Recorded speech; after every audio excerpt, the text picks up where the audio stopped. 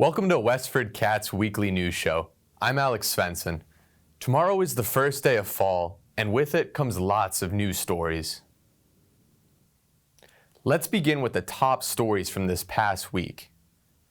Several businesses were evacuated on Friday, September 12th, after a nearby gas main was damaged, causing a leak. The Westford Fire Department was called to 527 Groton Road, which contains an Ace Hardware, Domino's Pizza, and the Ginger Tree Chinese restaurant, after employees of those businesses were evacuated following reports of a gas smell. According to Westford Fire Chief Mike Dennehy, the gas leak occurred when an old gas main located near Fletcher Granite on 535 Groton Road was damaged by construction machinery. Several fire trucks were deployed to the scene, and firefighters used high-capacity water supply monitors to help stop the gas from spreading to nearby buildings and adjacent properties. National Grid was also at the scene, and they told WestfordCAT they were called in by firefighters to come shut off the gas main to stop the leak, confirming that the damage was caused by machinery and that crews had later repaired the gas main and stopped the leak. Although the Westford Fire Department ambulance was also on the scene, Chief Dennehy said there was no danger to public health at any time throughout the incident, and that abutting buildings and properties have been metered by National Grid and are safe. Following the Market Basket Board's decision last week to fire longtime CEO Arthur T. Demoulas, Congresswoman Lori Trahan wrote a letter to the board praising Demoulas' tenure leading the grocery store chain and questioning whether the board made the right decision to part ways with him.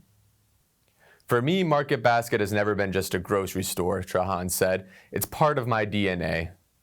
Those trips weren't just errands, they were rituals that taught me what community feels like, what hard work looks like, and how far a dollar can go when a company truly cares about the people it serves. RDT, his children, and his executive team have been always stewards of that experience. Under his leadership, Market Basket stayed true to its mission, treating workers well, keeping prices fair, and creating a store where everyone, no matter where they're from or how much is in their wallet, could feel like they belonged. Demoulas was fired following a unanimous vote by the Market Basket Board on September 9th. The board announced the following morning. His dismissal comes after he was placed on leave in May, after the board accused him of planning a retaliatory work stoppage, resulting in the board hiring a law firm to investigate the incident. According to the board, Demoulas was planning the work stoppage as a potential response to discipline that could be brought on by the board. The incident marks the second occasion Demoulas was dismissed as the Market Basket CEO, and in 2014 he was also fired by his cousin, the former Market Basket owner, Arthur S. Demoulas. Demoulas, known by many loyal customers as RDT, has long been popular among Market Basket shoppers, who view him as integral to the store's low prices and high-quality service. President Trump is expected to declare a national housing emergency this fall, which could trigger a federal action aimed at addressing the country's affordability crisis. Housing experts warn that if this goes through, it could have a widespread impact across income levels and across communities, from major cities to small towns, including Westford. Our community correspondent Ming Zhang took a look at the potential measures, which include streamlining zoning and permitting, exempting building materials from tariffs, reducing closing costs for home buyers, and releasing federal land for development. Zhang also looked at how these measures could impact the town of Westford, in which he found that if new housing projects take effect, Westford could see incremental benefits in home affordability.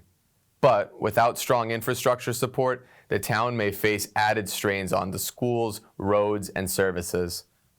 Now that's it for our top stories. Now let's turn it over to our reporter Emily Collins, who will share with us an interesting political story about the Massachusetts state flag. Thank you, Alex. 3 finalists were named at the end of last month after the Massachusetts state government asked residents for a new design for the state flag and seal, receiving over 1,000 submissions. The Massachusetts state flag has been a subject of recent discussion among lawmakers ever since former Governor Charlie Baker signed a bill establishing a special commission to change the state flag and seal in 2021. Activists argue in favor of changing the state flag and seal, said Indigenous leaders have been calling for the change for over 50 years, arguing that the flag's Native American depiction is seen by many as a symbol of violence against Indigenous people and a memorial to the violent colonization of their homelands. The state seal was adopted in 1780, while the state flag, which contains the state seal, was adopted in 1908 and only changed once in 1971. Following two unsuccessful attempts to change the state flag and seal in 2022 and in 2023, as well as a UMass Amherst poll showing limited support for the change among Massachusetts residents, the issue fell under the radar. Then, in July of 2024, Governor Maura Healey signed a budget amendment to change the state flag, seal, and motto, with public submissions accepted during last May and June, resulting in 48 semifinalists. We spoke to Linda Green, the director of Westford's Museum and Historical Society, and asked her what her thoughts were on the state flag and seal and if a change was necessary. I'm a fan. I love the Massachusetts state flag. That's the flag that's represented the state I was born in and lived in for most of my entire life. You know, I think that the symbolism on the flag reflects the history of Massachusetts.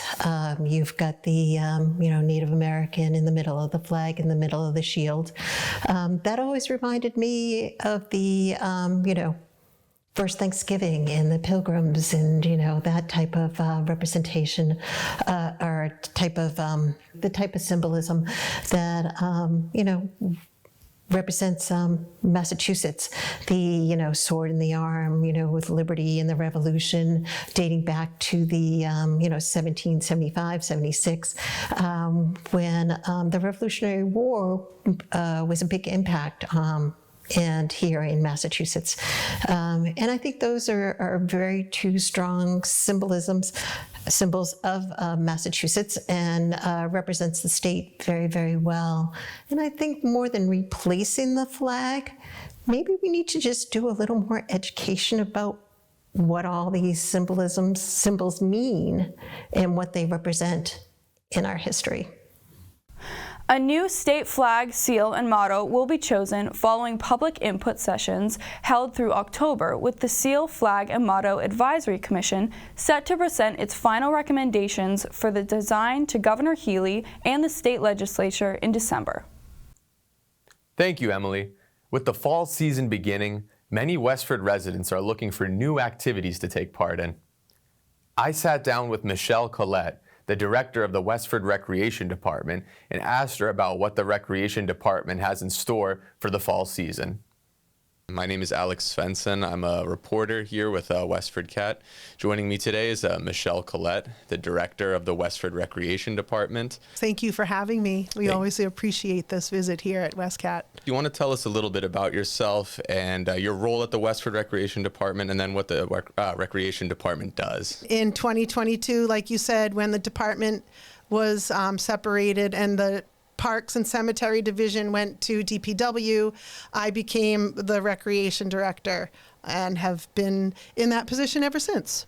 Probably one of the things that makes me the happiest and proudest is watching the youth in this town grow from young children to now married parents. And it's really cool. It says a lot for someone being around that long to be able to see that and, form these relationships with the residents in town. What are some of your responsibilities that you have at that role? I do oversee a office staff of 4.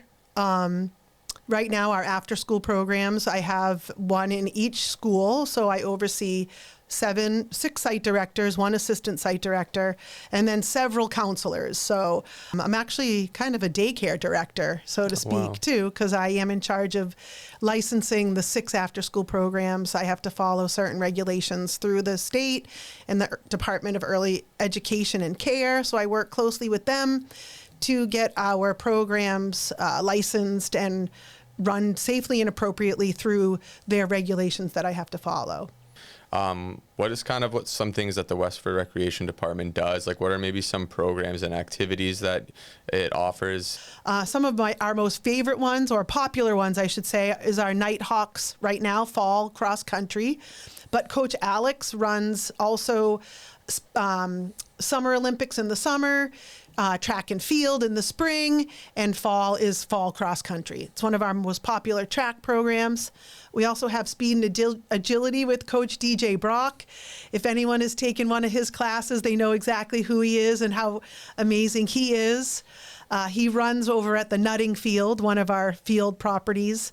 And in the winter, he uses the Millworks actually to run some of his programming out of. We use our Soccer Shots program, our Soccer Shots vendor, to run Soccer Shots soccer clinics for children ages 3 to 12.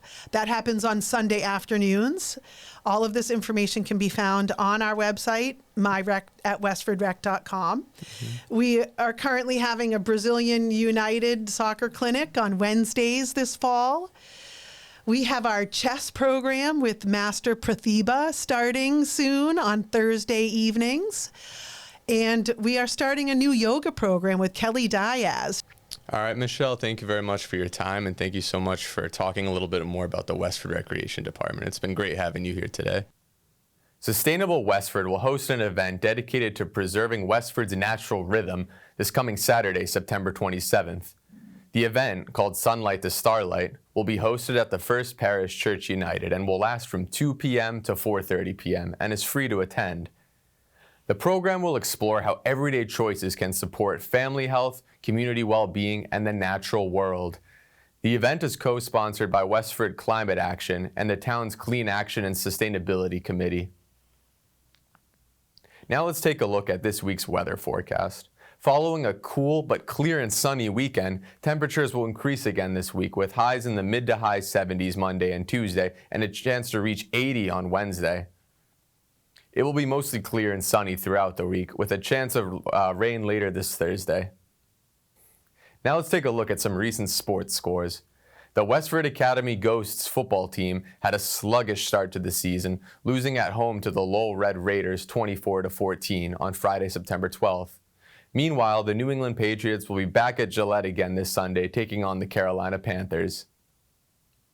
That's all for this week's edition of WestfordCAT News. We'll return on September 28th with more stories. I'm Alex Svensson, and thank you for watching WestfordCAT.